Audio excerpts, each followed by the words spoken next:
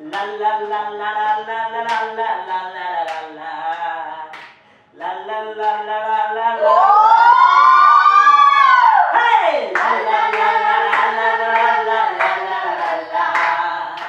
La la la la la la la la la la. Hey! পৃথিবীটা রোজ দেখো একটু একটু করে বদলে যাচ্ছে। Hey! বদলে যাচ্ছে। মাছেরা ডাঙায় আর মানুষেরা হাঁটু জলে খাবি খাচ্ছে। Hey! খাবি খাচ্ছে। Hey! La la la la la la la la la la la la la. La la la la la la la la la la la la. নেতারা প্রেমিকা নিয়ে টাকার পাহাড়ে চড়ে হাওয়ায় ভাসছে। Hey! হাওয়ায় ভাসছে। মিডিয়া সব ভুলে কলতলায় বসে পড়ে ঝগড়া চালাচ্ছে। Hey! মিডিয়া সব ভুলে কলতলায় বসে পড়ে ঝগড়া চালাচ্ছে। Hey! ঝগড়া চালাচ্ছে। ঝগড়া চালাচ্ছে। ঝগড়া চালাচ্ছে। প্রেমিক প্রেমিকা ছেড়ে মোবাইল বুকে ধরে স্বপ্ন দেখছে। স্বপ্ন দেখছে। মানুষ সব ভুলে সর্বদা রিল খুলে নগ্নতা খুঁজছে। ভালো বন্ধ ছেড়ে এর ছেপে ওর মেরে টাকাও যে উঠছে।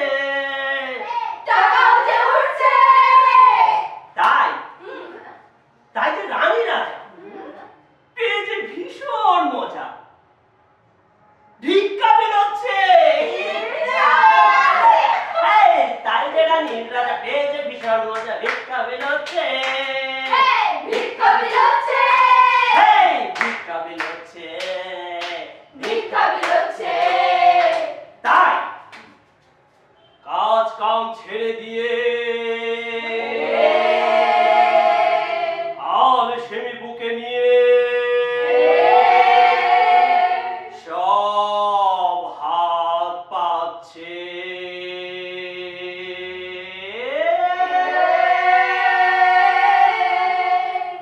এমনি করেই যায় যদি দিন যাক না যাক না। এমনি করে যায় যদি দিন যাক না।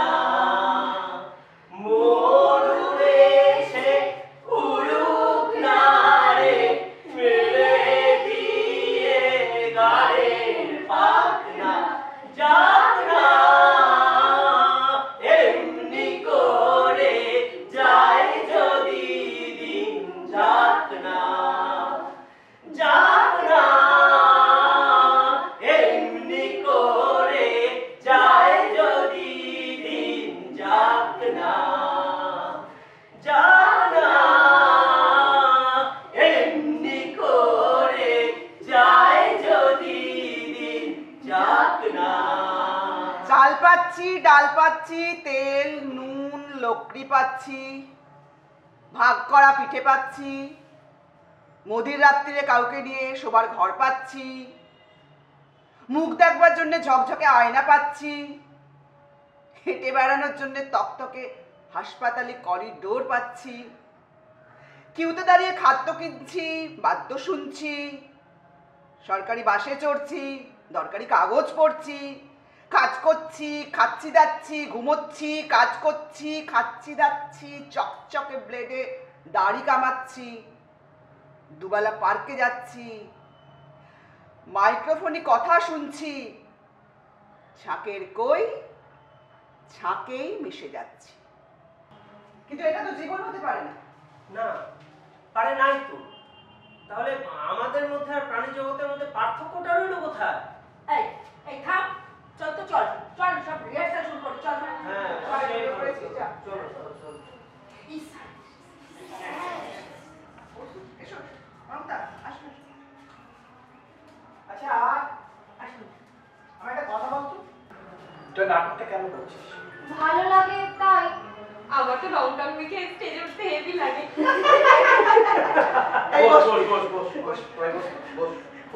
আচ্ছা বোন, স্যার তুই কেন থিয়েটার করছিস বলতো? আসলে স্যার ওভাবে কোনোদিন ভেবে দেখিনি।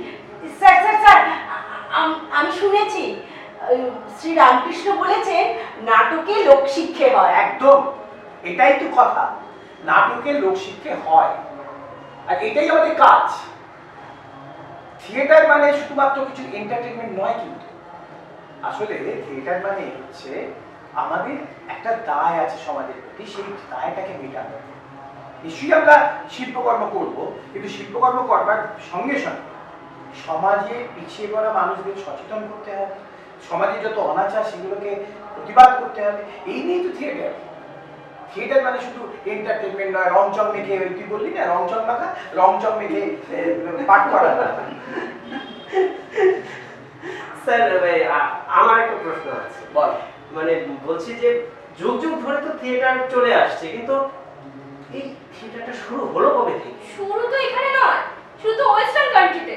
ঠিক বললাম না স্যার? কিছুটা ঠিক, কিন্তু সবটা নয়। হ্যাঁ, আমরা যে থিয়েটারটা করছি, আমরা যে টসিনিয়াম থিয়েটারটা করছি এখন, সেটা শুরু হয়েছিল গ্রিসে ৫ম শতাব্দীতে। আচ্ছা, এই থিয়েটার শব্দটা কিন্তু থিয়েট্রন শব্দ থেকে, গ্রিস শব্দ। সেটার মানে হচ্ছে একটা দেখাবার বা দেখবার জায়গা। সেই গ্রিসে যখন প্রথম নাটকটা শুরু হয়, থিয়েটারটা শুরু হয়, সেটা এত জনপ্রিয় হয়েছিল যে গোটা গ্রিস দেশে একেবারে সেটা ছড়িয়ে যায়। আর আমাদের বাংলায়? বাংলা বসে বসে বসে বলো, ভালো করে বসে বলো। বল, তুমি বলো। বাংলায় নাট্যচর্চা শুরু করেছিলেন কিন্তু একজন রুশ মণি, লিয়েভেল। 1795 খ্রিস্টাব্দে তিনি ডোমতলা, মানে এজরা স্ট্রিটে, বেঙ্গল থিয়েটার, এখানকার এই কলকাতার ডোমতলা, এখন আমরা যেটাকে এজরা স্ট্রিট বলি, হ্যাঁ, ওইখানে তিনি বেঙ্গলি থিয়েটার প্রতিষ্ঠা করেন।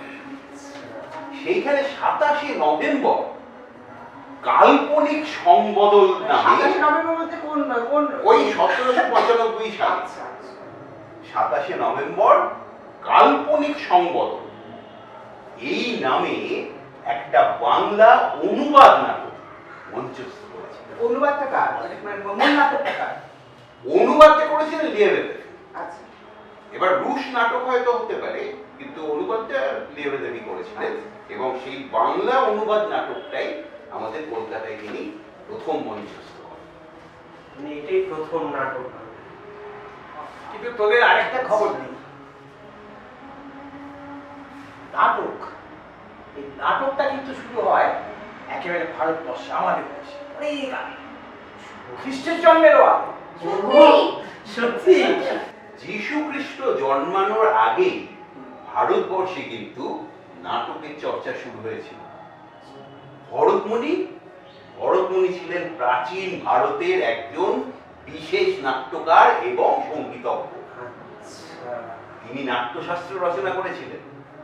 এই নাট্যশাস্ত্র আমাদের ভারতবর্ষে একটা নাটকের আকর, সংস্কৃত নাটকের একটা তাত্ত্বিক গ্রন্থ।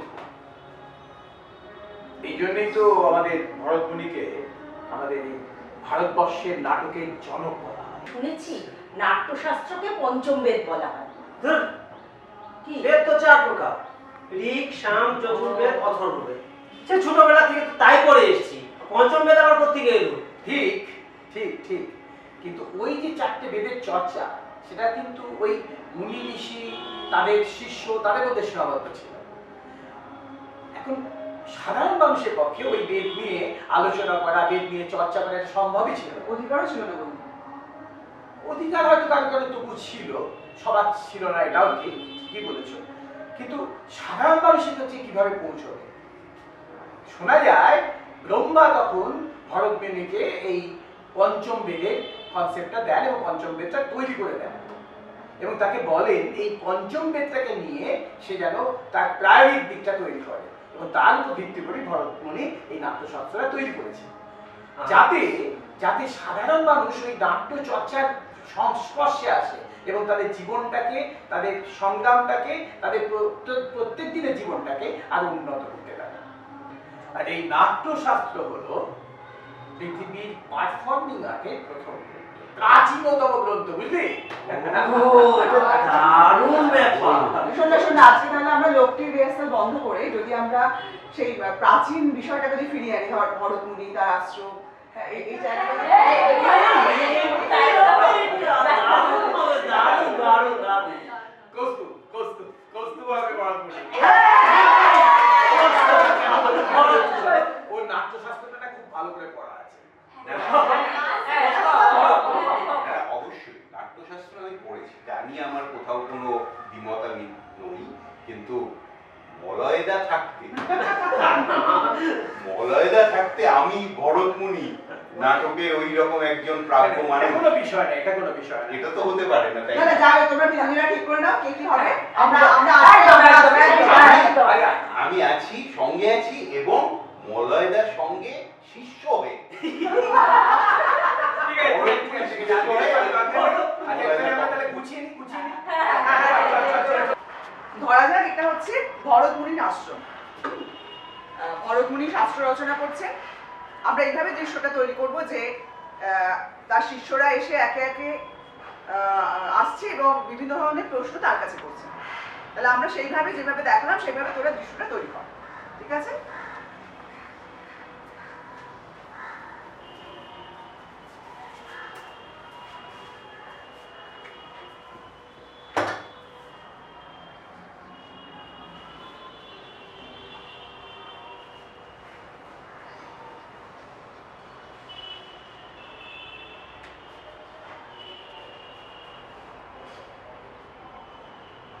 বলো, কি অভিপ্রায় তোমাদের আগমন?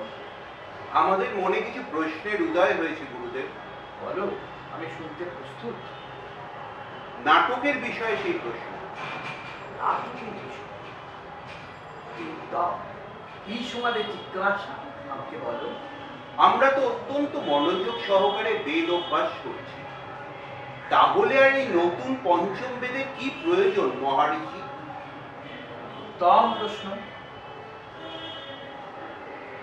প্রত্যেক মানব ধর্ম, অর্থ, কাম, মোক্ষ এই সম্পর্কে সচেতন হওয়া দরকার, এই সম্পর্কে সব জ্ঞান থাকা দরকার।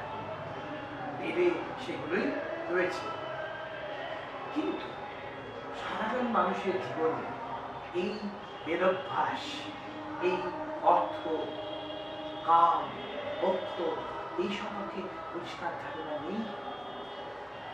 এই জন্য ব্রহ্মা আমার মাধ্যমে তোমাদের কাছে একটা নতুন বার্তা দেওয়ার চেষ্টা করেছে। তিনি আমাকে পঞ্চম বেদ দিয়ে বলেছেন এটা যেন আমি সমগ্র মানব জাতির মধ্যে প্রচার করি। তার ভিত্তিতেই তৈরি হয়েছে এই নাট্যশাস্ত্র। ধর্ম, অর্থ, কাম, মোক্ষ সম্বন্ধে সমগ্র মানুষের সব জ্ঞানের উপলব্ধি করতে হবে। এর প্রায়োগিক দিকই হচ্ছে নাট্যশাস্ত্র। এই নিয়ে এই নাট্যশাস্ত্র বা নাটক দিয়ে আমাদের সকলের কাছে পৌঁছে যেতে হবে। নাটক হলো সকল কলার উৎপত্তি, সকল কলার সঙ্গম। এই নাট্যশাস্ত্রের মাধ্যমে আমরা সমগ্র মানব জাতিকে সচেতন করতে পারি। মণিবর, একটা প্রশ্ন ছিল। বলুন। এই নাট্যকলা সমাজের সবার কাছে গুরুত্ব পায় না কেন? হ্যাঁ, ঠিকই বলেছেন, কিন্তু আমরা শিল্পী, আমাদের কাজ শিল্প সৃষ্টি করা। এটা আক্ষেপের বিষয়। যারা সমাজ পরিচালনা করেন তারা সবটা সমান গুরুত্ব দিয়ে দেখেন না, কিন্তু তাতে আমাদের শিল্পকর্ম, শিল্প সৃষ্টি কখনো ব্যাহত হবে না।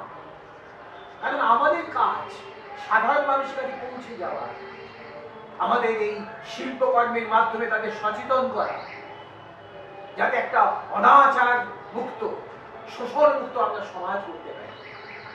আমাদের নাটকের বিষয়ে থাকবে প্রতিবাদ, অন্যায়ের বিরুদ্ধে প্রতিবাদ, অনাচারের বিরুদ্ধে প্রতিবাদ, শোষণের বিরুদ্ধে প্রতিবাদ।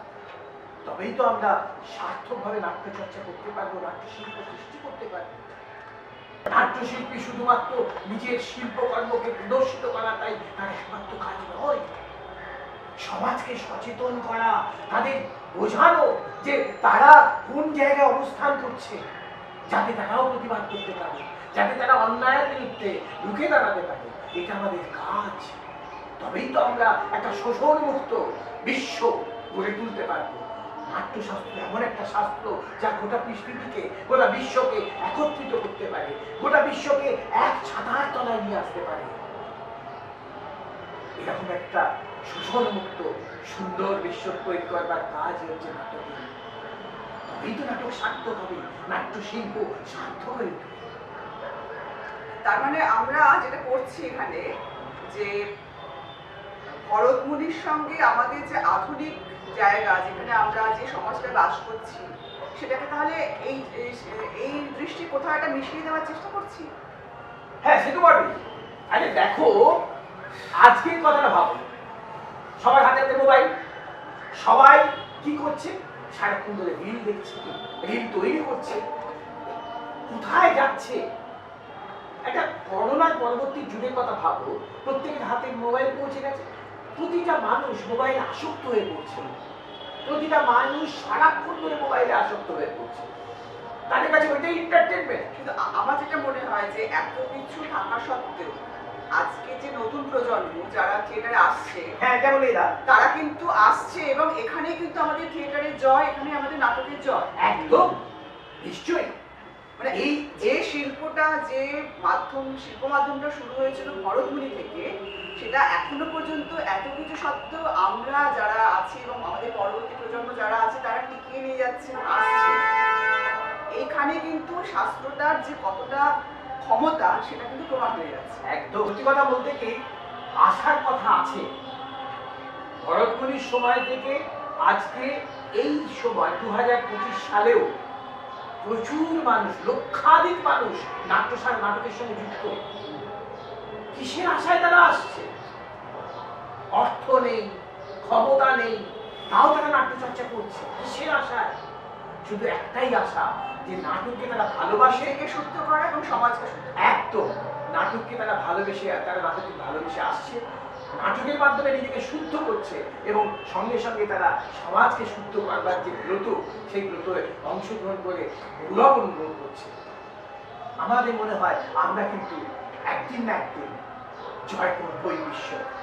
আমরা করব জয়, আমরা করব জয়, আমরা করব জয় নিশ্চয়। ও বুকে গভীরে ঠিক আছে? আছে প্রত্যয়, আমরা করব জয় নিশ্চয়। We shall overcome, we shall overcome, we shall overcome